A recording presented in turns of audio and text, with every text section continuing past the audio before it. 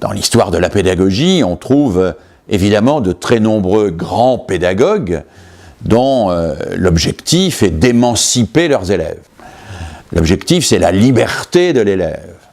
On trouve même un certain nombre de ces pédagogues qui prétendent abolir toute contrainte pour former la liberté. Mais je me suis souvent demandé si certains de ces pédagogues qui prétendent abolir la contrainte pour former la liberté ne récupéraient pas en séduction une grande partie de ce qu'ils abandonnaient en contrainte.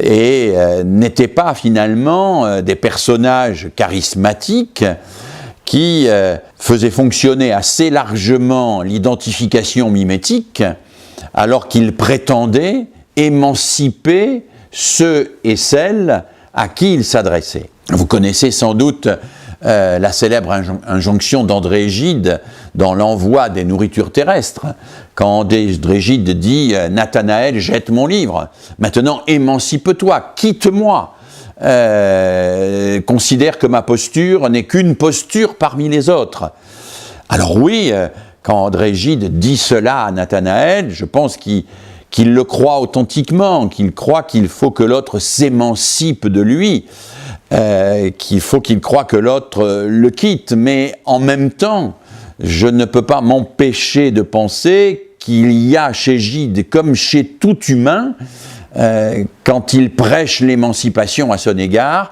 le secret espoir que cette émancipation soit en réalité une espèce de retour au maître, de reconnaissance du maître, et que le maître ainsi se trouve en quelque sorte promu, reconnu, et que son narcissisme en soit gratifié. Alors donc il y a, et c'est le premier aspect que je voulais développer en réponse à votre question, une vigilance personnelle à avoir. Vigilance personnelle par rapport effectivement à ce danger que vous avez si bien pointé. La pédagogie cependant n'est pas sans outils pour étayer cette vigilance personnelle.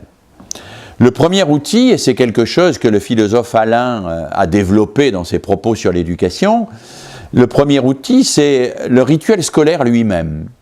Quand Alain explique qu'une classe, ça n'est pas un espace informel, que c'est un lieu qui finit à l'heure et qui commence à l'heure, que c'est un lieu qui délimite lui-même les bornes de l'influence que l'on exerce sur l'élève,